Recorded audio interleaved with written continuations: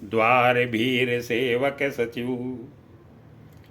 कहीं उदित रवि देखी, जाग्यू अजहुन अवधपति, कारण कवनु विषेखी।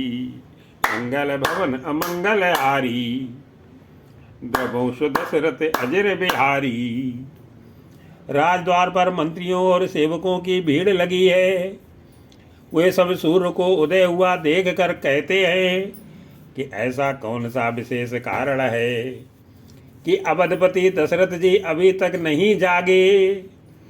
पछले पहरे भूप नित्य जागा, आज हमें बड़े अचर झुलागा।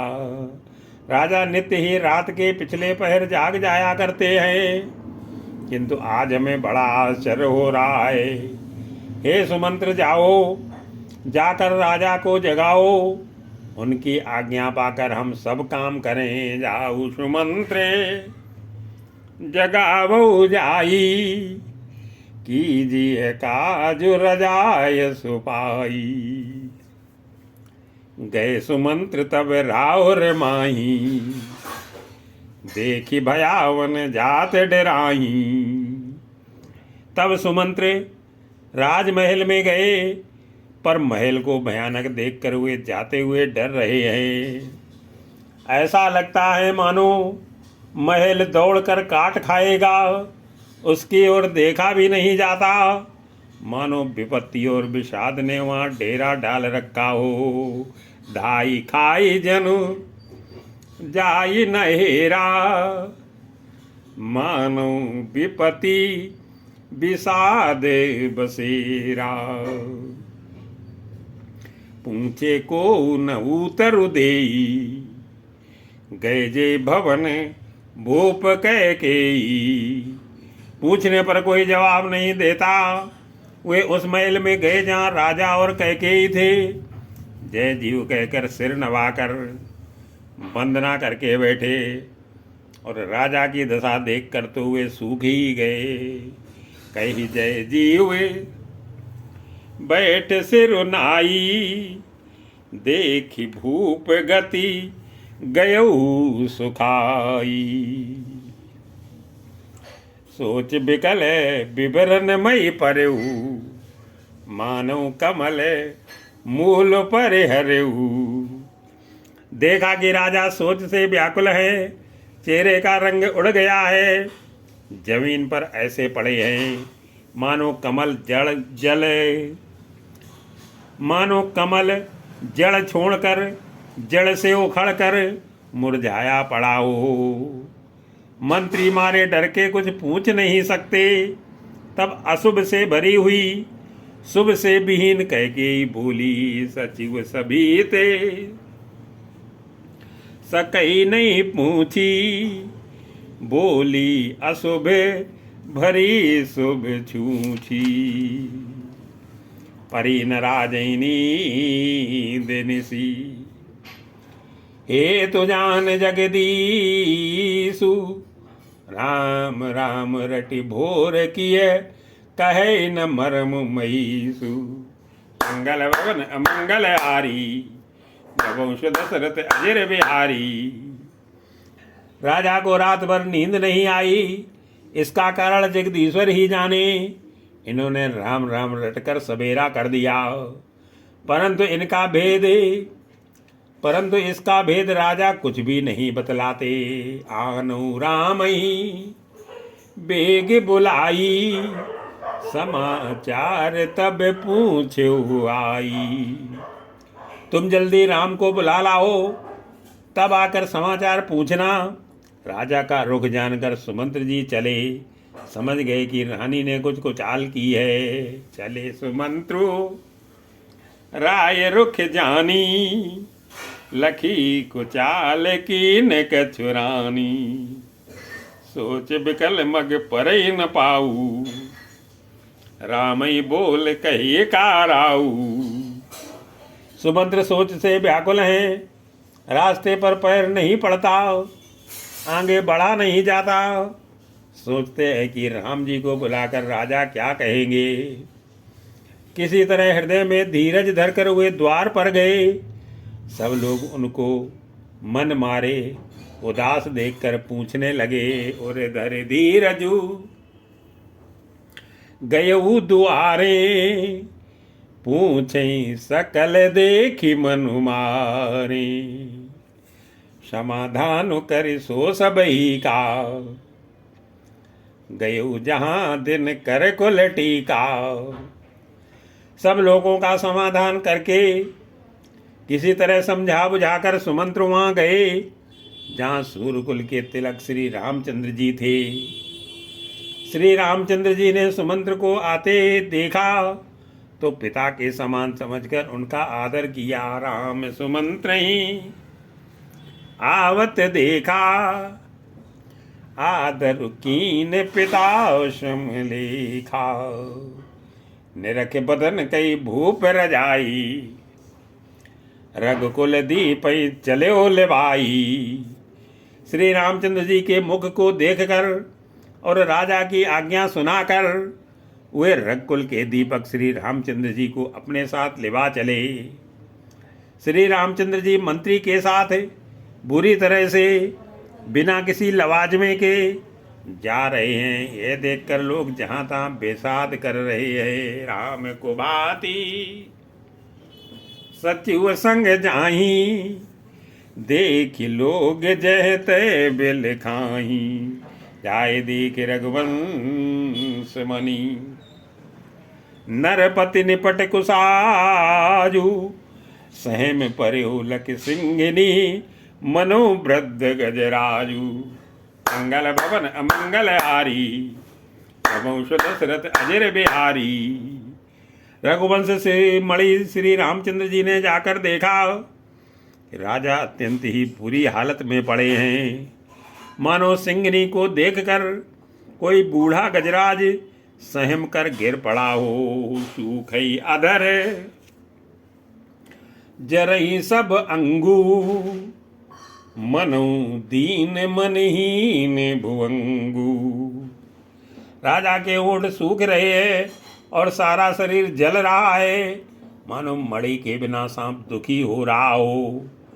पास ही क्रोध से भरी कैकेयी को देखा, मानो साक्षात मृत्यु ही बैठी है, राजा के जीवन की अंतिम घड़ियां गिन रही हो। सरों से समीपे दीख कैकेयी, मानो मीचू घरी गन लेही। करुणामय मृदु राम शुभाऊ, प्रथम दीख दुख सुना न काऊ। श्री रामचंद्र जी का स्वभाव कोमल और करुणामय है। उन्होंने अपने जीवन में पहली बार यह दुख देखा। इससे पहले कभी उन्होंने दुख सुना भी न था।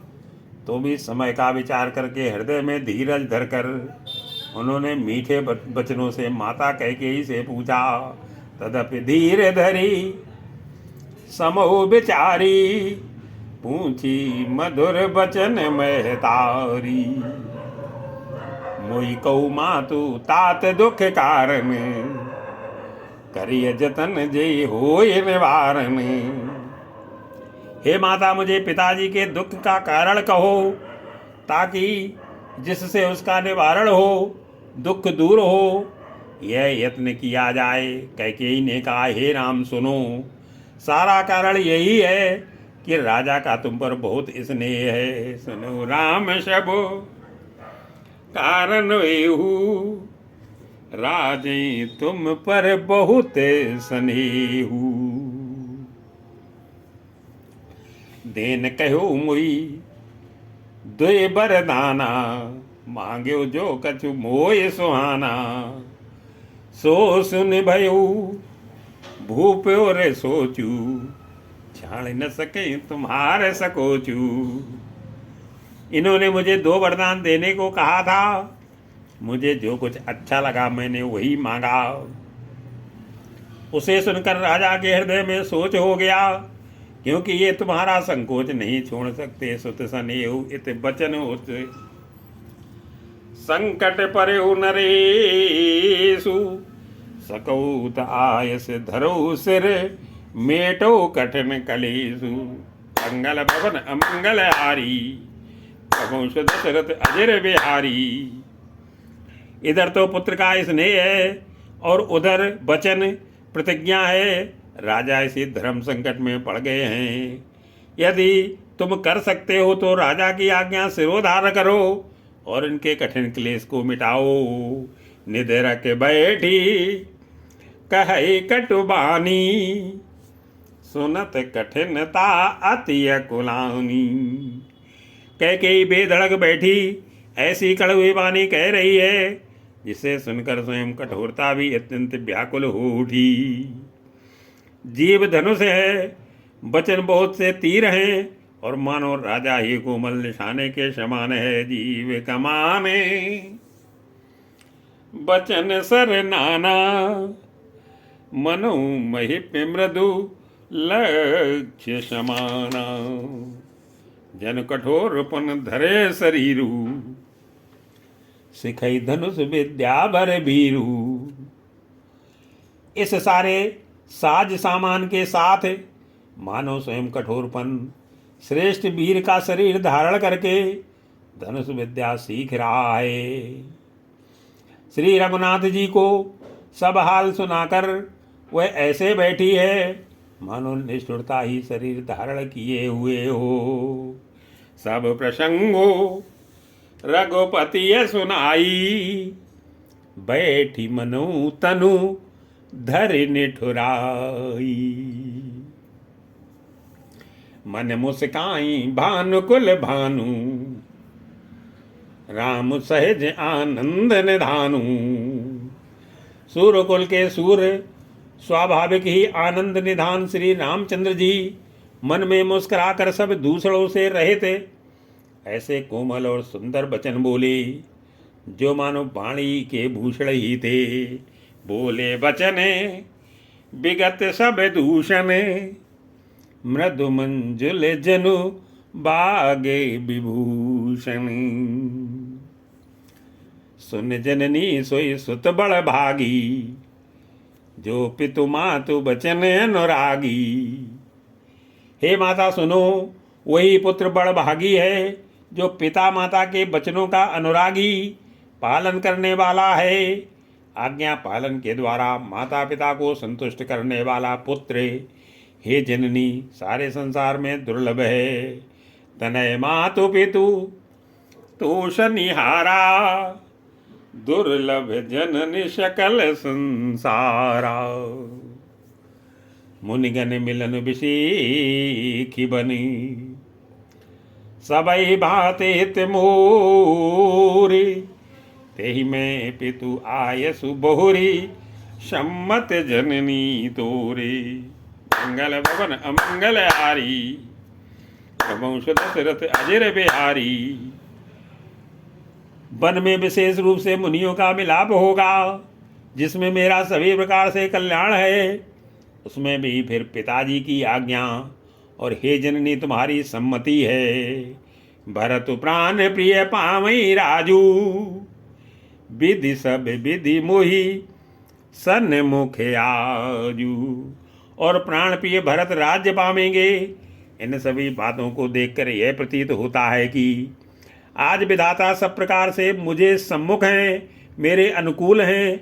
यदि ऐसे काम के लिए भी मैं वन को न जाऊं तो मूर्खों के समाज में सबसे पहले मेरी गिनती करनी चाहिए। जो न जाऊं बने ऐसे काजा, प्रथम गनीय मुई मूल समाजा। सेवई अरडो कलप तरु त्यागी, परिहर अमृत ले ही विश्व मांगी। जो कल्पवृक्ष को छोड़कर रेण की सेवा करते हैं और अमृत त्याग कर विष मांग लेते हैं। हे माता, तुम मन में विचार कर देखो, वे महामूर्ख भी ऐसा मौका पाकर कभी ना चूकेंगे। तेऊ न पाई असे समऊ चुकाही, देखो विचारी माँ तुमन माही। अम्ब एक दुख मोई विसेखी, निपट बिकल नर नायक देखी। हे माता, मुझे एक ही दुख विशेष रूप से हो रहा है, वह महाराज को अत्यंत व्याकुल देखकर इस थोड़ी सी बात के लिए ही पिताजी को इतना भारी दुख हो, हे माता मुझे इस बात पर विश्वास नहीं होता। थोड़े ही बाते पितई दुख भारी, होती प्रतीत न मोहि महतारी। राउ धीर गुण उदद अगाधु, भामुहिते कछु बड़े अपराधु। क्योंकि महाराज तो बड़े ही धीर और गुणों के अथाह समुद्र है। अवश्य मुझसे कोई बड़ा अपराध हो गया है, जिसके कारण महाराज मुझसे कुछ नहीं कहते। तुम्हें मेरी सौगंध है माता, तुम सच सच कहो, जाते मोई ना कहते कछु राऊ। मोरी शपथ तो ही कहु सति भाऊ, सहज सरल रघुवर बचन। कुमत कुटिल करि जान, चलई जो के जल बक्र गति। यद्यपि सलिल समान, मंगल भवन अमंगल हारी। प्रभु दशरथ अजर विहारी। रघुकुल में श्रेष्ठ श्री रामचंद्र जी के स्वभाव से ही सीधे वचनों को दुर्बुद्धि कह के टेढ़ाई करके जान रही है। जैसे यद्यपि जल समान ही होता है, परंतु जोक उसमें टेढ़ी चाल से ही चलती है। रहसी रानी राम रुख पाई, बोली कपट स्नेहु जनाई। रानी के श्री रामचंद्र जी का रुख पाकर हर्षित हो गई और कपट पूर्ण स्नेह दिखाकर बोली, तुम्हारी शपथ और भरत की सौगंध है, मुझे राजा के दुख का दूसरा कुछ भी कारण विदित नहीं है। शपथ तुम्हारे भरत के आना, हेतु न दूसर मैं कछु जाना। तुम अपराध जोग्य नहीं ताता, जननी जन के बंधु सुख दाता। हे तात तुम अपराध के योग्य नहीं हो, तुमसे माता पिता का अपराध बन पड़े यह संभव नहीं है। तुम तो माता पिता और भाइयों को सुख देने वाले हो। हे राम तुम जो कुछ कह रहे हो सब सत्य है। तुम पिता माता के वचनों के पालन में तत्पर हो। राम सत्य सबु जो कछु कयहु, तुम पितु मातु बचन रत अयहु। पितई बुझाई कहूँ बल सोई, चौथे पन जे अजस न होई। मैं तुम्हारी बलिहारी जाती हूँ, तुम पिता को समझाकर वही बात कहो जिससे चौथेपन बुढ़ापे में इनका अपेस ना हो। जिस पुण्य ने इनको तुम जैसे पुत्र दिए हैं उसका निरादर करना उचित नहीं है। तुम समय सुवने सुकृत जे ही दीने, उचित न ताशु निरादर कीने। लागई कुमुख बचन शुभ कैसे, मगह गया दिक तीरथ जैसे। कैकेयी के बुरे मुख में ये शुभ वचन कैसे लगते हैं, जैसे मगध देश में गया आदिक तीर्थ। श्री रामचंद्र जी को माता कैकेयी के सब वचन ऐसे अच्छे लगे जैसे गंगा में जाकर अच्छे बुरे सभी प्रकार के जल शुभ सुंदर हो जाते हैं। राम ही मातु बचन सब भाए, जिम सुर सरगत सलिल सुहाई। गई मूर्छा रामई सुमेरी, नप फिर करवट लीने। सचिव राम आगमन कही, विनय समय समकीनी। मंगल भवन अमंगल हारी, प्रभु दशरथ अजर बिहारी। इतने में राजा की मूर्छा दूर हुई। उन्होंने राम का स्मरण करके राम राम कहकर फिर कर करवट ली। मंत्री ने श्री रामचंद्र जी का आना कहकर समयानुकूल विनती की।